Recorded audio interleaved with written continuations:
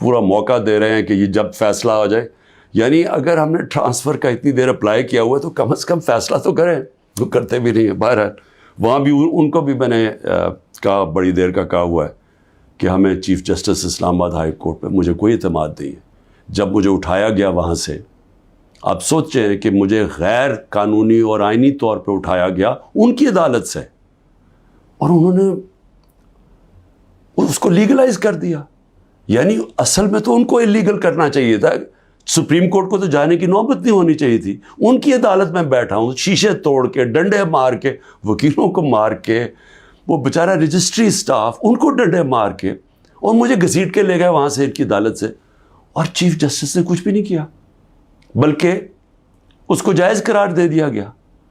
اس کے بعد جو اس سے پہلے ٹرین کیس تھا، 3 ممبر بینچ بیٹھا، دو ججز نے واضح طور پہ کہہ دیا کہ مینٹینیبل ہے کیس. چیف جسٹس صاحب فیصلہ نہیں کر رہے، وہ بھی لٹکائے ہوا وہاں.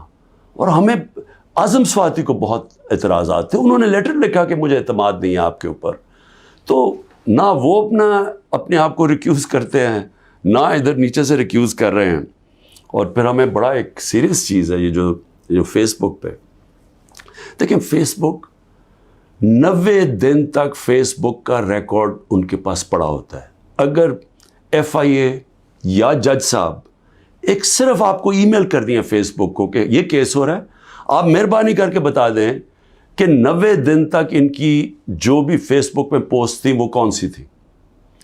کیونکہ 90 دن تک جو لوگوں نے دیکھا ہے اور پوسٹ بھی کیا ہے کہ اس کے جو ہمایوں دلاور کی پوسٹ تھی، اس پہ انہوں نے جو ان کا میرے متعلق پوسٹ کی ہوئی ہیں، وہ تو اگر کوئی بھی دیکھ لے تو مجھے تو ان سے انصاف نہیں مل سکتا. لیکن وہ FIA کے پاس گئے اور FIA نے جناب کہا جی وہ کیونکہ ڈیلیٹ ہو گئی ہیں، وہ FIA نے کلین چٹ دے دی. میچ فکس ہوا ہے.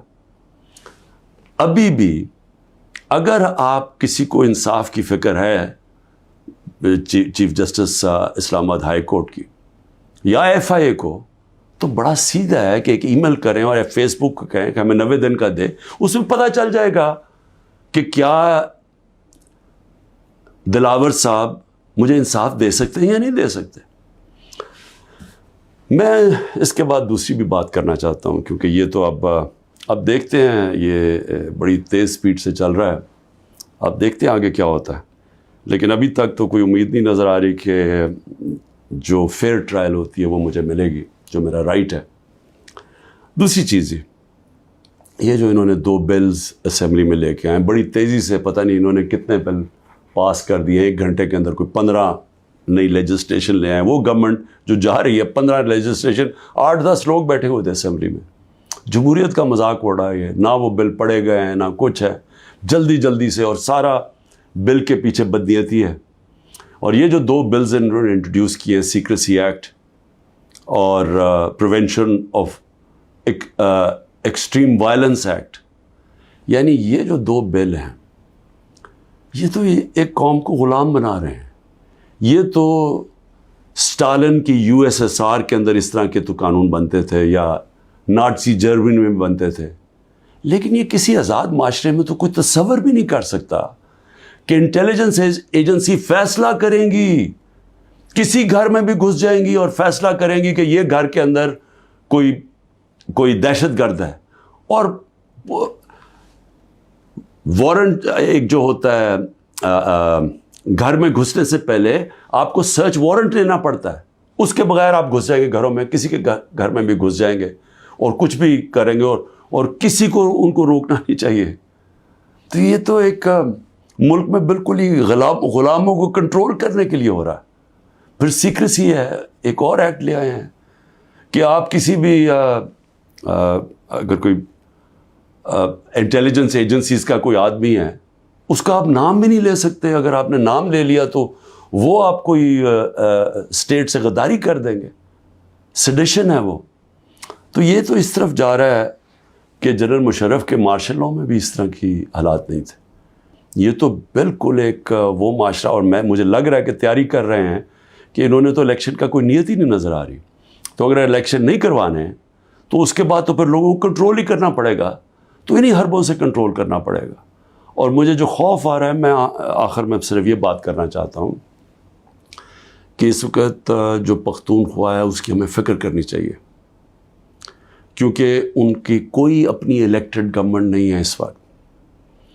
ان لوگوں کو اوپر مسلط کر دیا ہے جن کی کوئی قانونی حیثیت نہیں ہے، اور وہ جو وہاں کر رہے ہیں، جس طرح کی کرپشن ہو رہی ہے اور جس طرح کا وہاں وہ صوبہ آہستہ آہستہ وہاں دہشت گردی بڑھتی جا رہی ہے، لا قانونیت بڑھتی جا رہی ہے، تو وہ تو لوگوں کو پہلی نوجوان وہاں سارے قبائلی علاقے کا جو جس طرح کی تباہی مچی تھی، جس طرح کی قتل و غارت ہوئی ہے قبائلی علاقے میں، ڈرون اٹیک سے، ملٹری آپریشنز، اوپر سے طالبان ایک طرف، وہ دوسری طرف فوج، تو وہ جو لوگوں سے ہوا، جس طرح کی تباہی مچی وہاں، تو وہ تو اسی سے ابھی نکل رہے ہیں. تو اگر یہ اسی طرف چلا گیا پھر سے، تو مجھے تو سمجھ نہیں آ رہی کہ کیا جو اس وقت فیصلے کر رہے ہیں اس ملک کے، کیا ان کو اندازہ ہے کہ نیچے گراؤنڈ کے اوپر کس طرح کا غصہ اٹھ رہا ہے؟ کیا اندازہ ہے کہ جب وہ پولیس لائنز کے اندر جب 100 پولیس والے شہید ہوئے تھے، پتہ ہے نیچے سے کیا آوازیں آ رہی تھیں؟ اور اب جو بجوڑ میں ہوا، اس کے اوپر سارے پختونخوا کے اندر کس طرح کا غصہ گیا ہے؟ کیا کسی کو اندازہ ہے کہ یہ کس طرف جا سکتا ہے؟ اور میں اس لیے کہہ رہا ہوں کہ بہت ضروری ہے، ایک ہی طریقہ ہے کہ یہ جو نیچے گراؤنڈ کے اوپر غصہ ہے، یہ تب نکلتا ہے جب الیکشنز کرواتے ہیں. الیکشنز میں لوگوں کا غصہ نکل جاتا ہے، اور پھر ایک جب منتخب گورنمنٹ آتی ہے، لوگ امید لگا لیتے ہیں، اور ہوتا کیا ہے کہ وہ جو سارا ٹیمپریچر ہے وہ نیچے آ جاتا ہے، اسٹیبلٹی آ جاتی ہے، استحکام آ جاتا ہے ملک میں. تو یہ جو دوسری طرف ابھی کوششیں ہو رہی ہیں، جو لوگ اس ملک میں جن کا جینا مرنا ہے، ان کو خوف آنا شروع ہو گیا. جو 12 لاکھ یہاں سے پروفیشنلز چھوڑ کے گئے ہیں اور جا رہے ہیں آج، ہمیں سمجھ آنا چاہیے کہ ان کی امید ختم ہو گئی ہے. یہ سب سے خطرناک چیز ہے کہ ایک معاشرے میں لوگوں کی امید چلی جائے. تو جس طرف ہم جا رہے ہیں یہاں تو کوئی روشنی نہیں نظر آ رہی، اور اگر انہی لوگوں نے بیٹھے رہنا یا اسی طرح پاکستان میں الیکشنز کے بغیر ایک کنٹرولڈ گورنمنٹ چلانی ہے اور لوگوں کو کنٹرول کر کے چلانا ہے. میں یہ اپنے تجربے سے ایک تاریخ کا ایک طالب علم ہوں، میں آپ کو بتانا چاہتا ہوں جو سیاست میں ایک زیرو سے ایک پارٹی آج سب سے بڑی ماشاءاللہ پاکستان کی پارٹی ہے، جو میرا تجربہ ہے عوام کا، میں آپ کو کہنا چاہتا ہوں کہ یہ پاکستان کو ادھر لے کے جا رہے ہیں. جو لوگ سمجھ رہے ہیں کہ وہ ڈنڈے کے زور سے اس ملک کو کنٹرول کر لیں گے، وہ سمجھتے نہیں ہیں، عوام کی سوچ نہیں سمجھتے، نہ وہ تاریخ جانتے ہیں، نہ وہ پولیٹکس سمجھتے ہیں، اور وہ پاکستان کے لیے بہت بڑا خطرناک اندھیرے کی طرف ہم لے کے جا رہے ہیں. پاکستان زندہ باد.